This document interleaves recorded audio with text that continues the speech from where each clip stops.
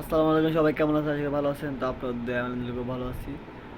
আজকের ভিডিও হচ্ছে কি, আপনারা যারা পাসপোর্ট করেন নাই তারা খুব শীঘ্রই পাসপোর্ট করে নেন। কারণ আপনাদের জন্য সামনে বিশাল ভালো খবর আসতে যাচ্ছে। বিশাল ভালো খবর এই কারণে বলতেছি, কারণ প্রায় সব দেশের সাথে বাংলাদেশের সম্পর্ক ভালো হচ্ছে। তো সব দেশের ভিসা ইনশাল্লাহ দিয়ে অবশ্যই খুলে দিবে।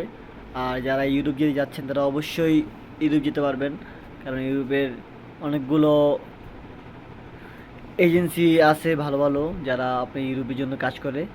সেই এজেন্সির কথা বলতে পারেন। এবং আপনার অ্যাম্বাসি ফেস করতে এখন ভারতও যেতে হবে না।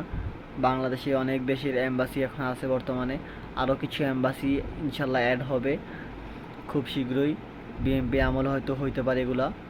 আর যারা পাসপোর্ট করেন নি তারা পাসপোর্ট করে নেন, কারণ যে কোনো মুহূর্তে আপনার ভাগ্যের চাকা ঘুরতে পারে।